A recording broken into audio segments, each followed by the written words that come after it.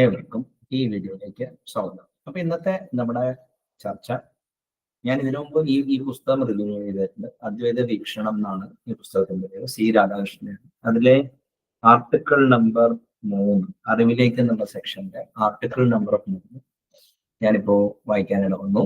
അപ്പോ അങ്ങനെ ഞാനത് വായിച്ചുകൊണ്ടിരുന്നപ്പോൾ എനിക്ക് മനസ്സിലായത് എന്താണെന്ന് വെച്ച് കഴിഞ്ഞാല്, അല്ല, ആ ആർട്ടിക്കിൾ എനിക്ക് അറിയാവുന്ന ആശയമാണെങ്കിലും രാധാകൃഷ്ണൻ സാറിന്റെ ആ എന്താ പറയാ ആർട്ടിക്കുലേഷൻ സ്കില്ല് അപാരം തന്നെയെന്നേ പറയാനുള്ളൂ. അപ്പൊ നമുക്ക് എന്താണ് ഈ എന്താ പറയാ രണ്ടു തരം അറിവുകൾ എന്നാണ് ഇതിന്റെ എന്താ പറയാ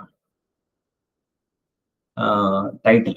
ഓക്കെ, അപ്പൊ ഈ ഇതില് അദ്ദേഹം പറയുന്നത് രണ്ടു തരം നോളജ് ഉണ്ട്. അദ്വൈത വേദാന്തം അറിയാവുന്നവർക്ക് അല്ലെങ്കിൽ വേദാന്തം അറിയാവുന്നവർക്ക് പൊതുവേ അതറിയാം. അതിന്റെ അറിവ് രണ്ടു തരമുണ്ട്. പരാവിദ്യ എന്ന ഒരറിവുണ്ട്, അപരാവിദ്യ എന്നുള്ള അറിവുണ്ട്. അപ്പൊ പരാവിദ്യനെ ഒരു ഇംഗ്ലീഷിലോട്ട് എന്താ പറയാ തർജ്ജമയാണെങ്കിൽ ട്രാൻസെൻഡന്റൽ നോളജ് എന്ന് വേണമെങ്കിൽ നമുക്ക് പറയാം. അല്ലെങ്കിൽ അതിനെ മലയാളത്തിൽ നമ്മൾ അപരോക്ഷാനുഭൂതി എന്ന് പറയും. അപരോക്ഷാനുഭൂതി. ഇപ്പോ വേദാന്തത്തില് 3 തരം എന്താ പറയാ ജ്ഞാനമുണ്ട്. പ്രത്യക്ഷജ്ഞാനം, പരോക്ഷജ്ഞാനം, അപരോക്ഷജ്ഞാനം.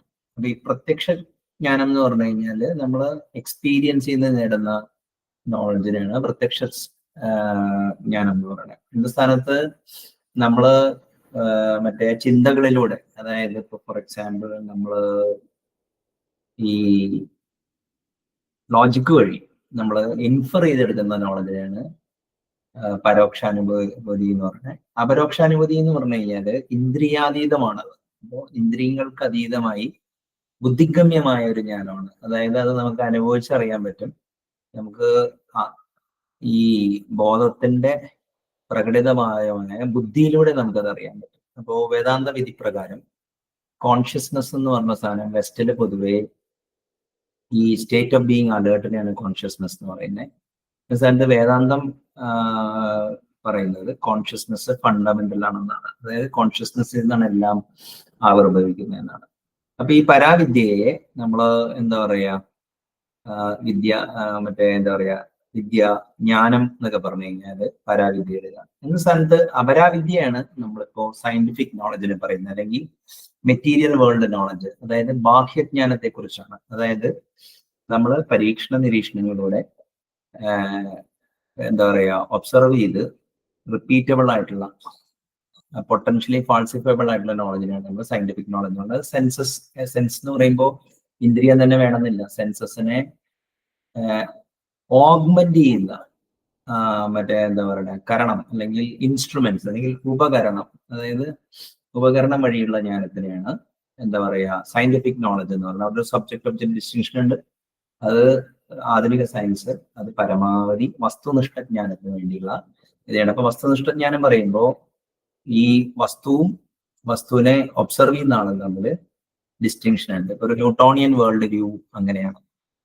അപ്പോ നമ്മൾ ഏത് നോളജിനാണ് പ്രാമുഖ്യം കൊടുക്കേണ്ടത് എന്നൊരു ചോദ്യം പരാവിദ്യക്ക് വേണോ അപരാവിദ്യ ഉണ്ട്. അപ്പൊ അപരാവിദ്യനെ നമ്മൾ അവിദ്യ, വിജ്ഞാനം എന്നൊക്കെ വിളിക്കും.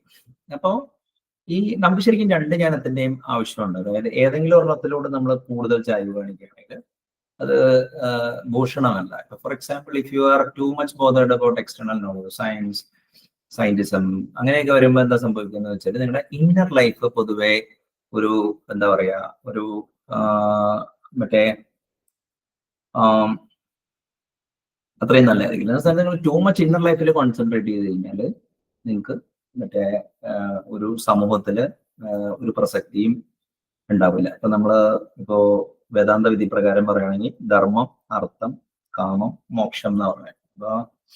അപ്പൊ ധർമ്മം എന്ന് പറഞ്ഞു കഴിഞ്ഞാല് ഓരോ ആൾക്കാർക്കും അവരുടെ സ്പേസ് ടൈം എന്ന് കിട്ടുന്നതോ അല്ലെങ്കിൽ അവർ സോൾ സെർച്ച് ചെയ്യുമ്പോൾ കിട്ടുന്നതാണ് ധർമ്മം. എങ്ങനെയാണ് പ്രപഞ്ചത്തിന് ഈ പ്രപഞ്ച പ്രവാഹം നിലനിർത്താൻ വേണ്ടി എന്ത് ചെയ്യുന്നു, അതാണ് നമ്മുടെ ധർമ്മം. അപ്പൊ ധർമ്മം ചെയ്യണമെന്നുണ്ടെങ്കിൽ നമുക്ക് അർത്ഥം വേണം. അർത്ഥം വേണമെന്ന് പറഞ്ഞു കഴിഞ്ഞാൽ നമുക്ക് എക്കണോമിക് ആക്ടിവിറ്റി വേണം, അല്ലെങ്കിൽ പൈസ വേണം.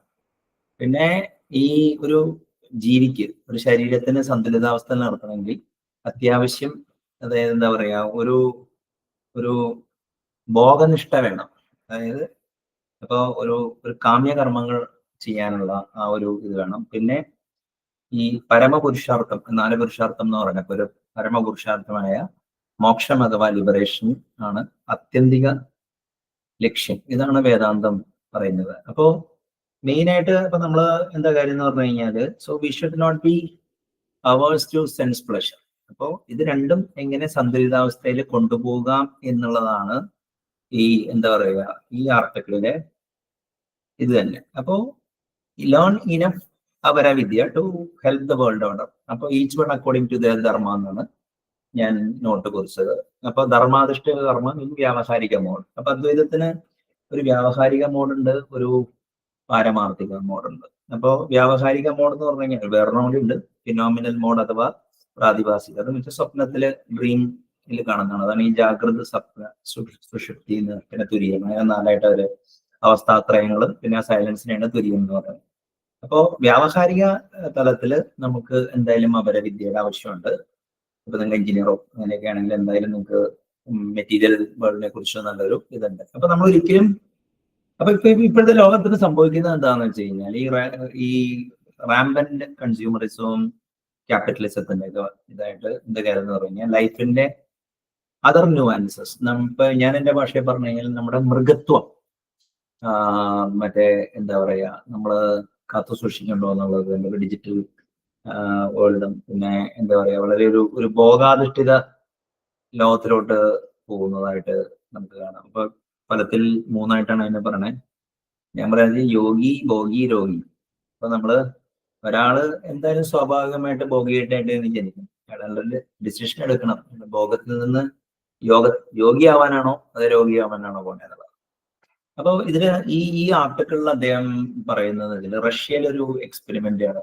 അതായത് ഇപ്പൊ ഫോർ എക്സാമ്പിൾ അതീന്ദ്രിയ ജ്ഞാനം, അതായത് ട്രാൻസെൻഡന്റൽ നോളജ്, ഇതൊക്കെ ഉണ്ടോ എന്ന് അറിയാൻ വേണ്ടി കുറെ മൊയലുകള് പ്രസവിച്ചു കഴിഞ്ഞപ്പോ അതിന്റെ കുഞ്ഞുങ്ങളെ പല സ്ഥലത്തേക്ക് വേൾഡിന്റെ പല ഭാഗത്ത് കൊണ്ടുപോയിട്ട് പല സമയത്തായിട്ട് അതിനെ കൊന്നുകളഞ്ഞു. ഈ കൊന്നു കളഞ്ഞപ്പോ ഈ തള്ളമൊയലിന് ഈ ഓരോ കൊലപാതകം നടക്കുമ്പോഴും അവരിൽ മാറ്റമുണ്ട്. അപ്പൊ ദാറ്റ് മീൻസ് ഒരു നോൺ ലോക്കൽ ഇമ്പാക്ട് ഉണ്ടെന്നാണ് അത് തെളിയിച്ചത്. അപ്പൊ ഇത് വന്നു കഴിഞ്ഞപ്പോ സോവിയറ്റ് യൂണിയൻ ഒരു കമ്മ്യൂണിസ്റ്റ് രാഷ്ട്രമാണ്. അപ്പൊ ഭയങ്കര ഇതൊക്കെ ഉണ്ടായിരുന്നു. അപ്പൊ രാധാകൃഷ്ണൻ സാർ പറയണെന്ന് വെച്ച് കഴിഞ്ഞാല്, ഇഫ് യു അണ്ടർസ്റ്റാൻഡ് ക്വാണ്ടം എൻടാങ്കിൾമെന്റ്, നിങ്ങൾക്ക് ഇതിലൊന്നും വലിയ. അപ്പൊ 2 ആറ്റംസ് പെയർ ചെയ്യുകയാണ്. അപ്പോ ഇപ്പൊ ഒരാറ്റത്തില് എന്തെങ്കിലും ചേഞ്ച് വന്നു കഴിഞ്ഞു കഴിഞ്ഞാല് ക്വാണ്ടം ലെവലില് ആ മറ്റേ ആറ്റം എത്ര ദൂരെയാണെങ്കിലും അതിൽ ചേഞ്ച് ഉണ്ടാവും. അപ്പോ ഈ എന്താ പറയുക ക്വാണ്ടം എൻടാങ്കിൾമെന്റ്, ക്വാണ്ടം സൂപ്പർ പൊസിഷൻ ഒക്കെ കാണിക്കുന്നതെന്ന് വെച്ച് കഴിഞ്ഞാൽ ഈ പറയുന്ന ട്രാൻസെൻഡന്റൽ നോളജ് അല്ലെങ്കിൽ പരാവിദ്യ എന്നുള്ളത് ഒരു യാഥാർത്ഥ്യമാണെന്നാണ് അദ്ദേഹം വാദിക്കുന്നത്. അപ്പോ എന്താ കാര്യം എന്ന് പറഞ്ഞാൽ അപ്പൊ നമ്മുടെ ഗോൾ എന്തായിരിക്കണം എന്ന് പറഞ്ഞാൽ അപരാവിദ്യ നമുക്ക് നേടുക എന്നുള്ളതൊരു നമുക്കൊരു നോ ബ്രെയിനറാണ്. എന്ന സ്ഥാനത്ത് പരാവിദ്യയെ കുറിച്ച് പാശ്ചാത്യ ശാസ്ത്രങ്ങൾ പൊതുവെ അംഗീകരിക്കുന്ന പോലുമില്ല. അപ്പൊ ഒരു ആധുനിക വിദ്യാഭ്യാസം കിട്ടിയ ഒരാൾക്ക് അപരാവിദ്യയെ കുറിച്ച് അല്ലെങ്കിൽ പരാവിദ്യയെ കുറിച്ചും അല്ലെങ്കിൽ ട്രാൻസെൻഡന്റൽ നോളജിനെ കുറിച്ചൊക്കെ പറഞ്ഞ് മനസ്സിലാക്കുക എന്ന് പറഞ്ഞു കഴിഞ്ഞാൽ ഒരു ചെറിയൊരു പ്രോബ്ലം ഉണ്ട്. അപ്പോ ഈ ആർട്ടിക്കിൾ, ഈ പുസ്തകം അദ്വൈത വീക്ഷണം, സി രാധാകൃഷ്ണൻ, ഞാൻ ഇതിനെ കുറിച്ച് റിവ്യൂ ചെയ്തിട്ടുണ്ട്. എല്ലാവരും അതൊരു എന്താ പറയാ ഇപ്പോഴത്തെ കാലത്ത് പുസ്തകം വായിക്കുക എന്നുള്ള ഇത്തിരി ഡിഫിക്കൾട്ടാണ്, നമുക്ക് ടൈം ഇല്ല. അപ്പോ നിങ്ങളൊരു പുസ്തകം ഈ കൊല്ലം വായിക്കുകയാണെങ്കിൽ അദ്വൈത വീക്ഷണം ഞാൻ എന്താ പറയുക ഹോൾ ഹാർട്ടഡ്ലി റെക്കമെൻഡ് ചെയ്യുന്നു. ഞാനപ്പോ ഇതില് രാധാകൃഷ്ണൻ സാർ എഴുതിയതല്ല, ഞാൻ അതിന്റെ മുകളിൽ എന്റേതായ കുറെ കമന്റ് പറഞ്ഞിട്ടുണ്ട്. ആ അഭിപ്രായമൊക്കെ എന്റേത് മാത്രമാണ്. ഈ പുസ്തകത്തിന്റെ മൂല തത്വം എന്ന് വെച്ചാൽ നമുക്ക് പരാവിദ്യ ഉണ്ട്, അപരവിദ്യ ഉണ്ട്. പരാവിദ്യ എക്സ്റ്റേണൽ നോളജും, അപരാവിദ്യ നമുക്ക് ഇതുവഴി അറിയാൻ പറ്റുന്നതാണ്. എന്താ പറയാ നമ്മുടെ ആത്മജ്ഞാനമാണ്. അതായത് ഇപ്പൊ അത് ചിലപ്പോൾ ഇൻട്രോസ്പെക്ഷൻ അല്ലെങ്കിൽ എന്താ പറയുക കെയർഫുൾ ഒബ്സർവേഷൻ അല്ലെങ്കിൽ ഇന്നർ ഇൻട്രോസ്പെക്ഷനിലാണ് നമുക്കത് മനസ്സിലാവത്തുള്ളൂ. അപ്പോ ഇങ്ങനൊരു ജ്ഞാനതലം ഉണ്ടെന്ന് പ്രൂവ് ചെയ്യാൻ വേണ്ടി അദ്ദേഹം റഷ്യയിലെ ആ മുയലുകളുടെ എക്സ്പെരിമെന്റിനെ കുറിച്ച് പ്രതിപാദിക്കുന്നുണ്ട്. അത് ക്വാണ്ടം എൻടാങ്കിൾമെന്റ് പറഞ്ഞു അദ്ദേഹം സമർത്ഥിക്കുകയാണ്. അതായത് ഇങ്ങനെ ഒരു നോൺ ലോക്കാലിറ്റി ഇതിലുണ്ട്. അപ്പൊ പ്രശസ്ത ബ്രിട്ടീഷ് ശാസ്ത്രജ്ഞനായ റോബർട്ട് ഷെൽഡ്രേക്ക്, അദ്ദേഹത്തിന്റെ ഒരു ബാൻഡ് ടെഡ് ടോക്ക് ഒക്കെ ഉണ്ട്. ഞാൻ ഒരു റോബർട്ട് ഷെൽഡ്രേക്കിന്റെ ഗോഡ് ഡെലൂഷൻ അല്ല, സയൻസ് ഡെലൂഷൻ എന്നുള്ള ഒരു പുസ്തകം, സയൻസ് ഒരു വിഭ്രാന്തി എന്നുള്ള പുസ്തകത്തിന്റെ ഒരു ചെറിയൊരു റിവ്യൂ ഞാൻ കേട്ടിട്ടുണ്ട്. അദ്ദേഹം പറയുന്നത് മോർഫിക് റെസോണൻസ് എന്നുള്ളൊരു പ്രതിഭാസമാണ്. അതായത് ഏതെങ്കിലും ഒരു ട്രെയിറ്റ് ഒരു സ്പീഷീസിന്റെ ഒരു മെമ്പർക്ക് കിട്ടിക്കഴിഞ്ഞാൽ ഒരു 6 മാസത്തിനുള്ളിൽ അത്